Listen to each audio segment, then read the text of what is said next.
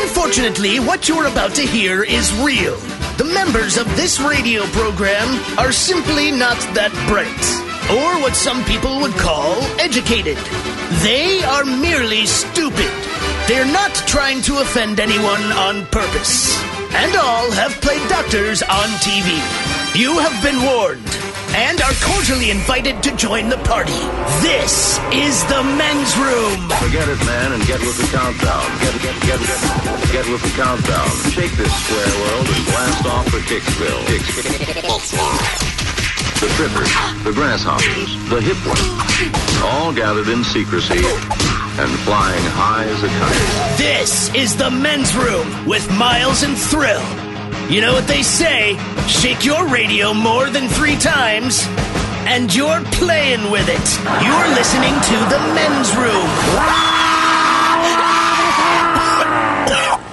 And away we go. Welcome to show number 2,827. Along with Steve the Thrill Hill, the Ted Smith, Robin Fox, and my cock. Montgomery! In the men's room. On tap today, the return of Who Sucks Less. What you don't need to know, the DNA edition.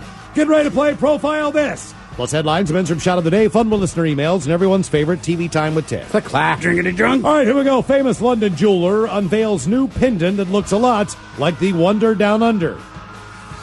Meanwhile, a woman gets in an argument at Tim Hortons, squats down, and she delivers the thunder. Golfers near erupting Hawaiian volcano don't think the heavy stuff's going to come down quite for a while. Police congratulate high school pranksters for going the extra mile. And the Pope tells nuns to get off Twitter. And it's all coming on today's very special episode of The Men's Room. And now, here's the question. Hola, bitches. Good day to you and yours. All right, if you have a job, you know this to be true. Some people love their job. Some people hate their job. That's just life. But some days are worse than others. Some days at work are so bad that you question your life choices. Earlier this week, a commercial airline pilot, he was sucked halfway out of the cockpit window. This is mid-flight, going 500 miles an hour, 32,000 feet in the air.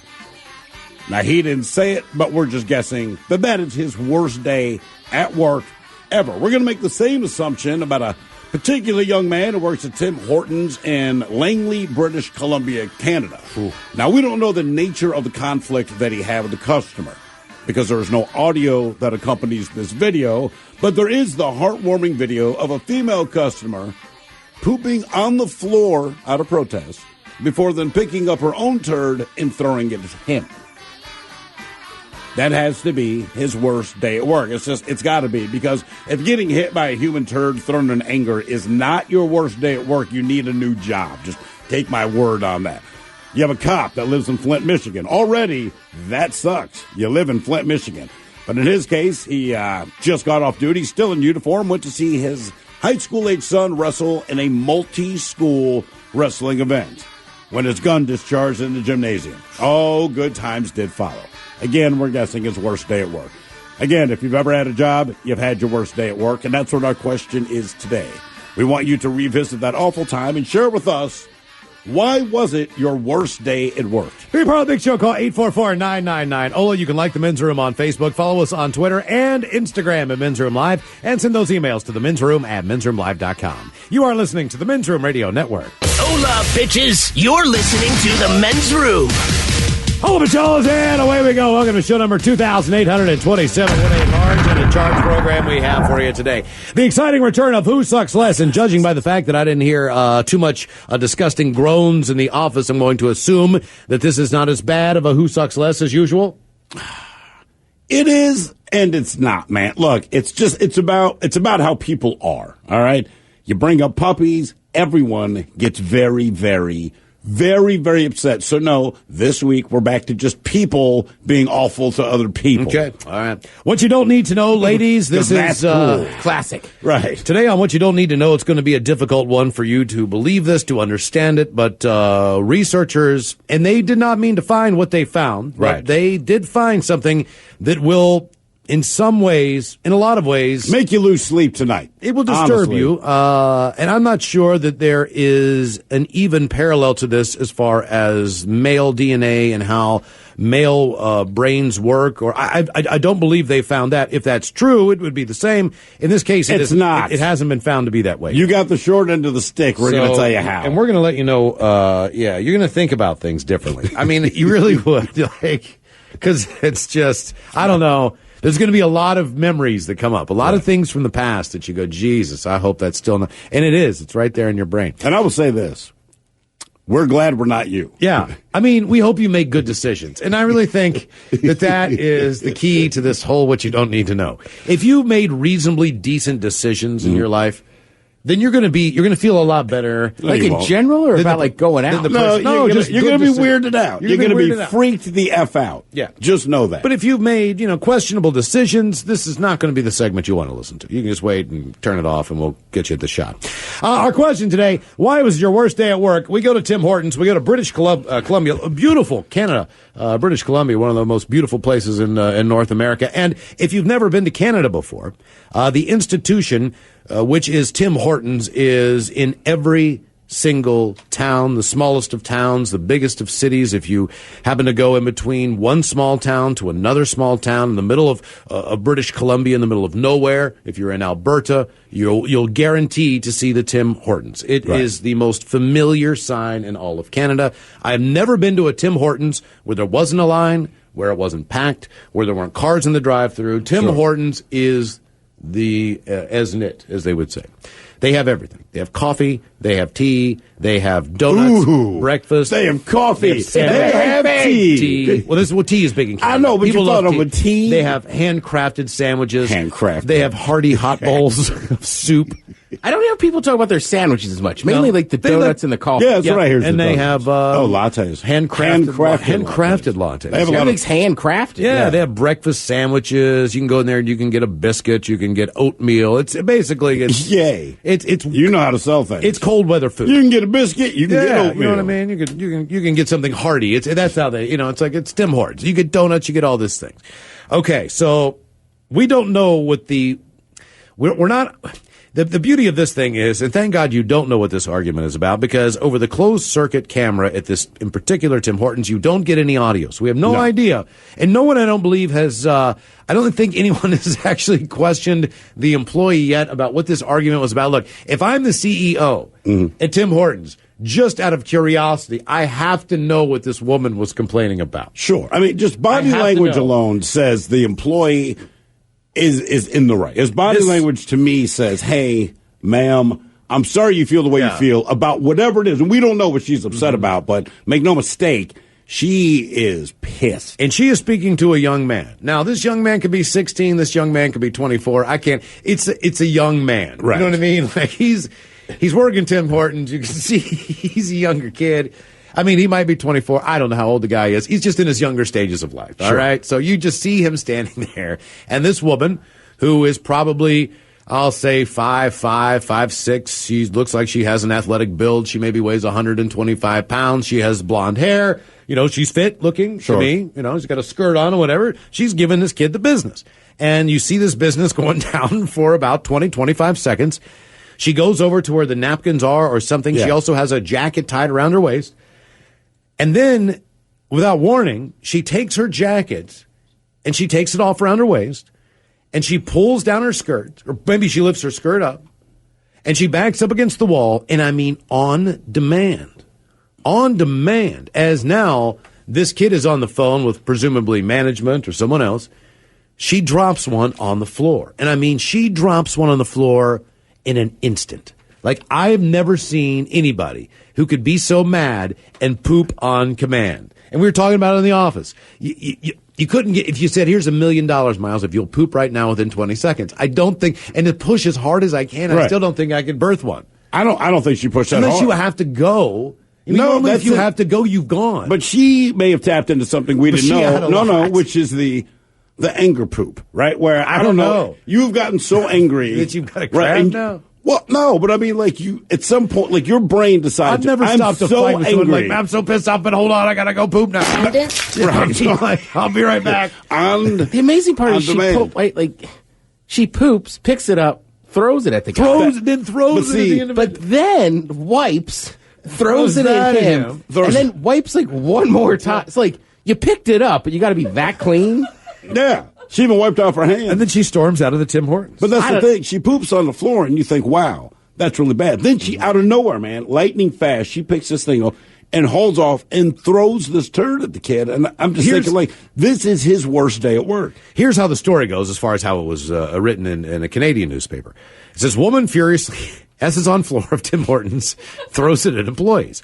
A woman in Canada was so incensed about something Tim Horton employees did or did not do, she dropped her pants, took a dump on the floor, threw it, grabbed some napkins to wipe, then throw those too, and then she left. There is... I think she kind of officially dropped the mic at that point.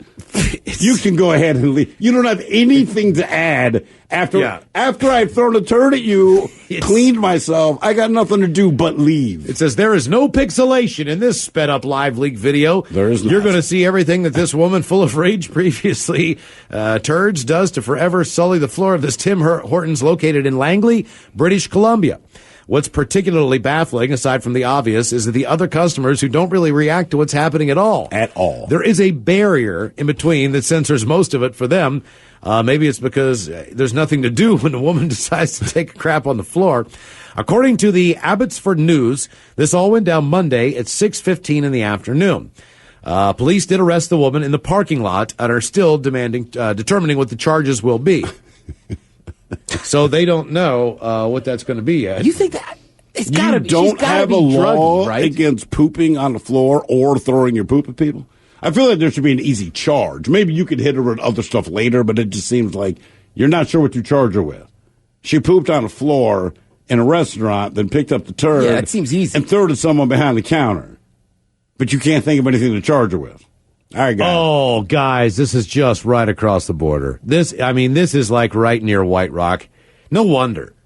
Where's White Rock? That's right across the border. This is probably an American moment. That's what I'm immediately thinking. I think either way, it's somebody on drugs. This is like once you get right across Blaine, man. I mean, this is seriously. This is as much United States. It's not the United States. It's near Surrey. All right. So basically, this is as close as you can be. But granted, you have to remember, 90% of the Canadian population is on the border of the United States. That shouldn't be a shock. So it makes it so nervous. That's right. Why was it your worst day at work? 844-999-OLA.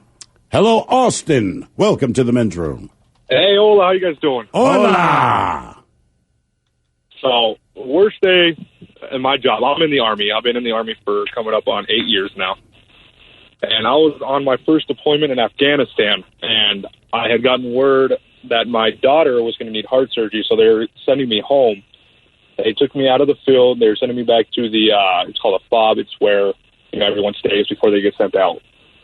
On the way back, we hit an IED in an area that was not been seeing any action in the last couple months since we've been there.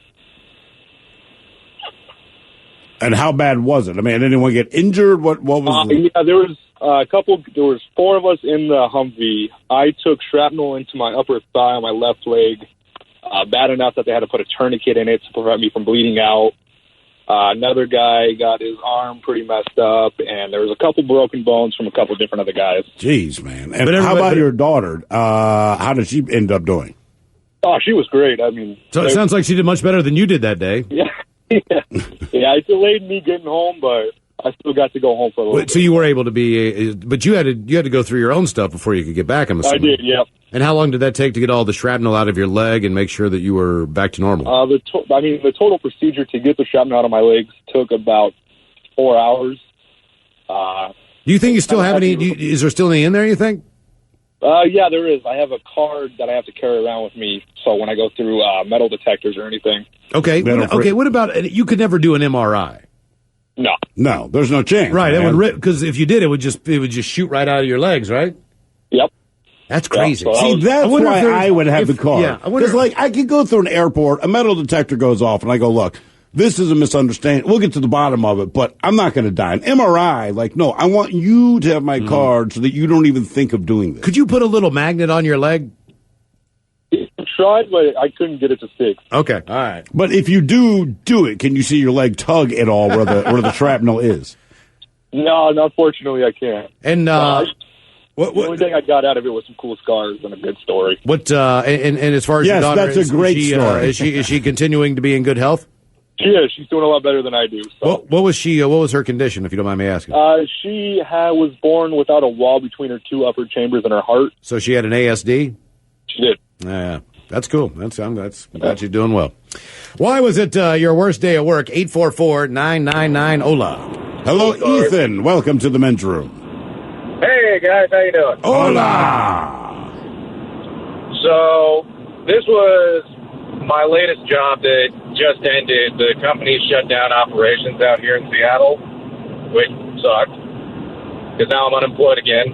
I was delivering just food that people ordered, and this one day I'm delivering to a house out around Bothell, and the instructions were to bring the food around to the back. It's like, okay. So I go through the gate into the backyard, and apparently the folks who owned this place like to host outdoor orgies. Oh, okay. What kind of food were you bringing? Do you know? I don't remember what they ordered. It was a Thursday, so there was probably a New York steak in there. We made all our own food, and then we brought it to you. Okay. All right, that's cool. Thursday. So are they orgy? actively having an orgy when you roll back there? Yes. Now, I normally would not have had a problem with this, except apparently this was a seniors-only event. What was the saddest part? Knowing what your boys are going to look like later in life, just seeing what gravity does, or like what was the unpleasantry that you had to deal with? The general image of 30-plus seniors going at it outside, right in front of my eyes, it's a very traumatic image. I picture it like it looks like a litter of hairless cats. That's a lot of meemaws. You know? That's a lot of meemaws, isn't it? Yeah.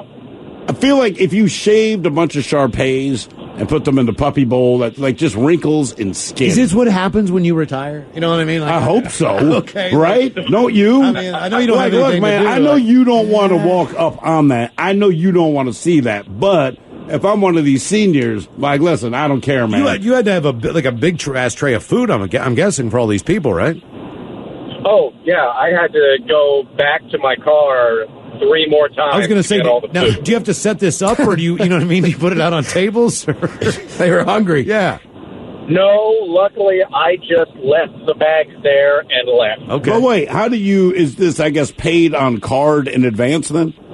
Yeah, we had an app. Okay, now, do you have to, I understand, I assume they just keep having sex while you're there delivering food, but I mean, you have to contact someone, right? Like, hey, where do I put this?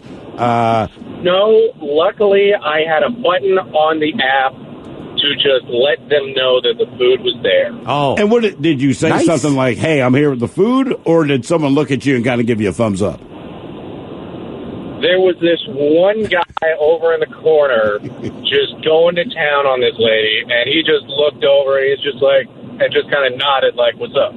Oh, no way. I was going to say, did you make eye contact with anybody? So he was your eye contact? Yes, I did. So it'll forever be burned in your head like this guy going like, let me hey, ask man, this, what's that? though. Yeah. What's worse, as far as what is burned into your brain, and I hate to bring up this other sense, but what's worse, the visual or the audio? I really wish you hadn't asked me that question. I gotta know, man. Because I just thought to myself, like, I'm picturing it, but then I pictured what it must sound like. Did it sound squishy and wet, or did it sound like... Did it sound like something like people's feet were stuck in the mud? Was it all looby sounding, or what was it? Like if people rubbing rubber together, like wet rubber together? Like there's like a hole in the Play-Doh? Like right now, that was occurring quite a bit. Like water in rubber boots when you're watering? Wash. You ever, like, just taken a spoon and, like, mixed up a bunch of Jell-O? Oh, That's the closest sound. That's the closest description I can come up with. You should be a Foley artist. Oh, no. Oh, no. I'm sorry I had to ask, man. Yeah, thanks, because that sound just came roaring back into my memory. Now, are these people 70 years old? Are they? I mean, how old are we talking here? Range, like we're talking younger retirees. All right. Was there any good-looking people there? Was there one good-looking person in the entire group?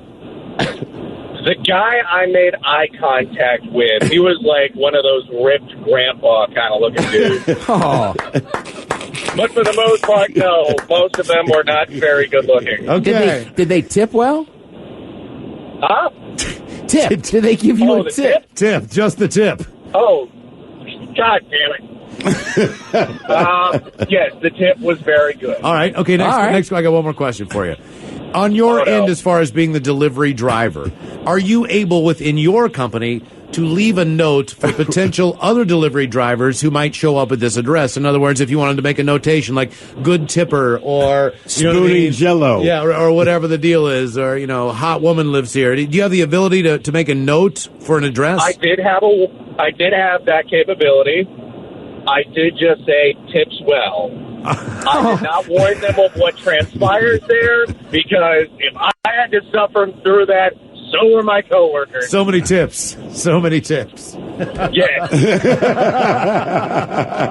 God. Yeah. Sounded like stirring Jello with a spoon. Jesus Christ. God damn, if you knew what your grandparents were doing, you could not believe that. You could not believe that. Golly, that's great. It sounds like moisture. Oh, man. That's essentially what I got out of it. How about that? Wow. Okay. You knew it had to sound bad. I kept picturing it. Then I'm like, well, I wonder what it sounds like. And outdoors. I just love these old retirees have orgies on Thursday. Just good looking, just chiseled granddad, just killing it, nodding, making eye contact. So thinking about a steak. Why was it your worst day at work? 844-999-OLA. And he had to make 3 trips to the car. You got to keep walking back into that, man. A tray of broccoli back there and some potatoes.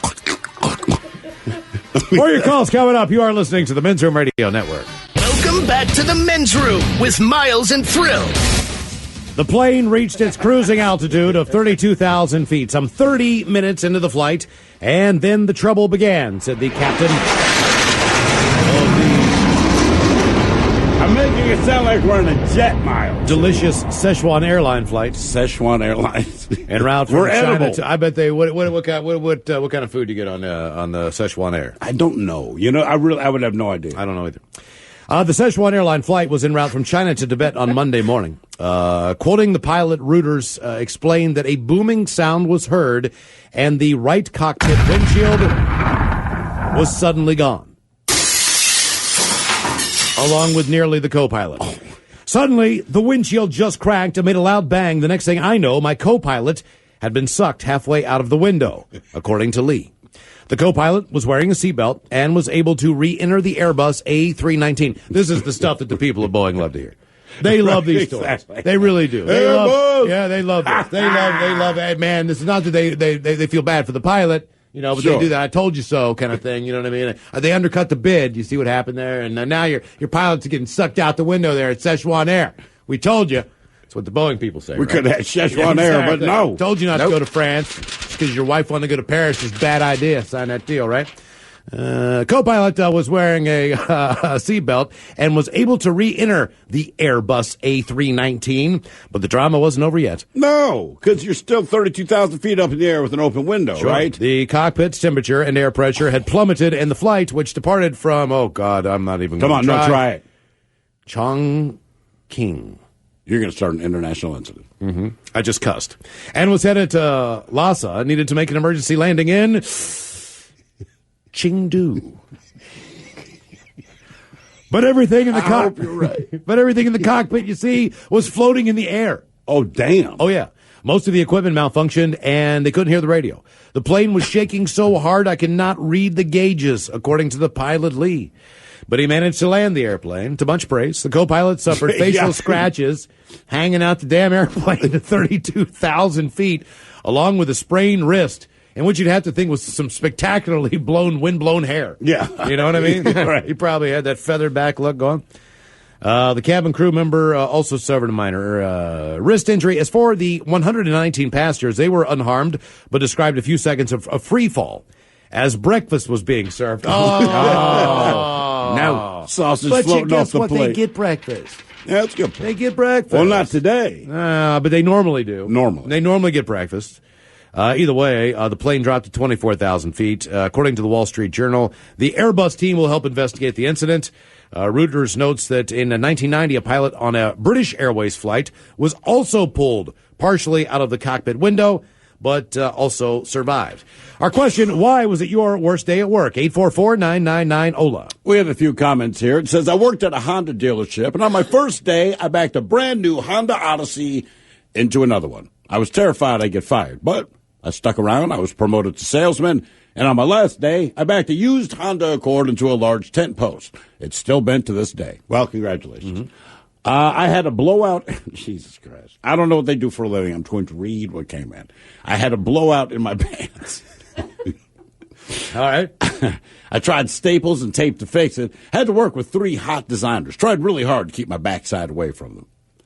I don't know. What do you? Why can't you just go and change clothes immediately? I don't know. Oh, you have to tell us what is going on there. If you're still listening, please. We need more to the story than just that. That doesn't explain. Dude, when I was landscaping, I pooped my pants once. Yeah, but you wouldn't change, right? No, we had to finish the shift. Oh, how long? How much was in there? Were you doing that? 90 minutes. Oh. In a hot heat in the summertime? And there's a load? Where was it in what your... It was one of my first... What was I going to do? Tell them no? It was like, you got to finish. We got to finish a couple more jobs. All right, but couldn't you take off or at least get rid of your underwear? Was it in hard? retrospect, that would have been the right call. So you just walked with a load in your... You didn't even Well, it was emptied. Like I didn't make it to a bathroom, and then in between jobs, we went to a bathroom and tried to clean up the best I could. Okay, all right. I mean, you still have poop in your pants. Okay, all right, that makes sense. But there was no time to go home. I thought you just meant you're walking around with Duke in your drawers. You know, that's what it sounded like to me. Somewhere between a full Duke and a skid mark. All right, a kid's book. All right, okay. So here's the story of Dookie drawers. Like when a kid would hide in the hamper, thinking that her mom isn't going to see it, even though her mom does all the laundry. Yeah. Probably. Yeah. Okay, gotcha. Hola! The shenanigans continue on the Men's Room Radio Network.